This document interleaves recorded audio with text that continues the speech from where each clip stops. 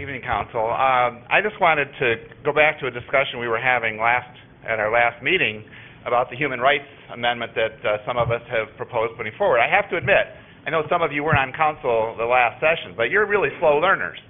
The public did not want the deer cull that all of you had proposed.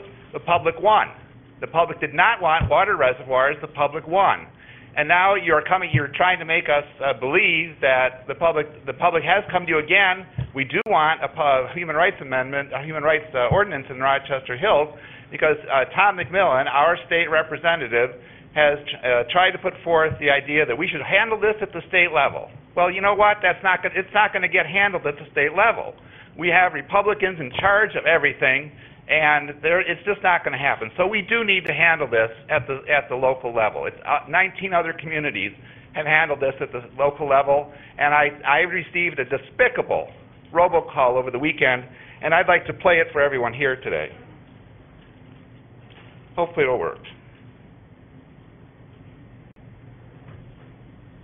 Technology. Here we go. Hi, this is Gary Glenn, President of the American Family Association of Michigan.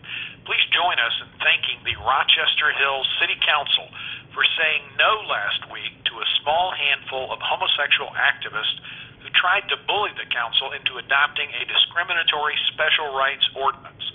This ordinance would have discriminated against and punished community groups such as the Boy Scouts, Catholic Charities, the Salvation Army, Christian daycare owners, and other businesses and people of faith who refuse to endorse homosexual behavior or the political agenda that seeks to promote it.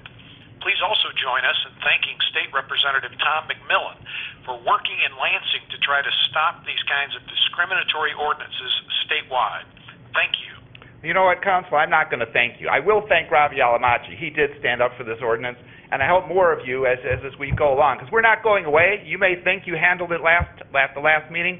This is not the end. This robocall was put out by the American Family Association, a group that has been recognized as a hate group by the Southern Poverty Law Center.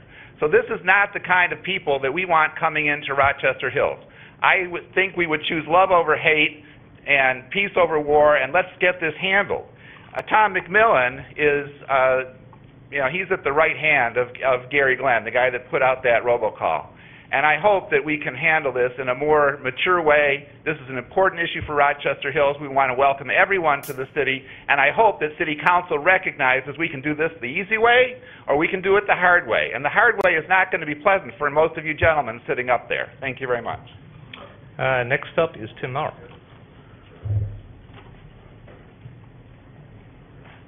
Hi, Tim Maurer, 854 Ravine Terrace. I actually found it kind of interesting that one of the people who got the robocall was Bruce Fealk, since, I mean, that would be like Tom McMillan getting a robocall from MoveOn.org. It was a little interesting that a robocall went out from a hate group, a certified hate group. If you guys aren't familiar with Gary Glenn, you can look him up on multiple humanitarian rights websites and see his record. The reason why I came up here, and I actually didn't plan on coming up here, but a council member did email a current Republican precinct delegate and encourage people to come up here to thank the council for not taking up the human rights ordinance, which they actually do have on the books. The council has received copies of human rights ordinance. Our city attorney, who's not here, John Starren, had some questions for him tonight, but he's not here, regarding the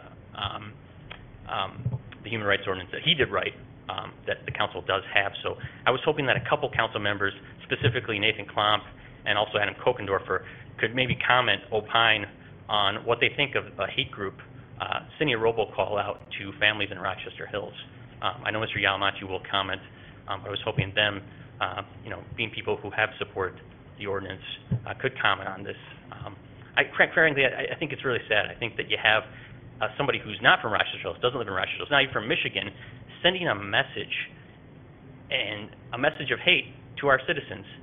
And of all people, probably the most liberal person in the city of Rochester Hills, Bruce Fealk, gets what on his voicemail. So I can't imagine what other families also receive this robocall. And I hope that you guys, can say something about it and say, just say enough is enough, and we need to move forward and make Rochester Hills a welcoming place. Thank you very much.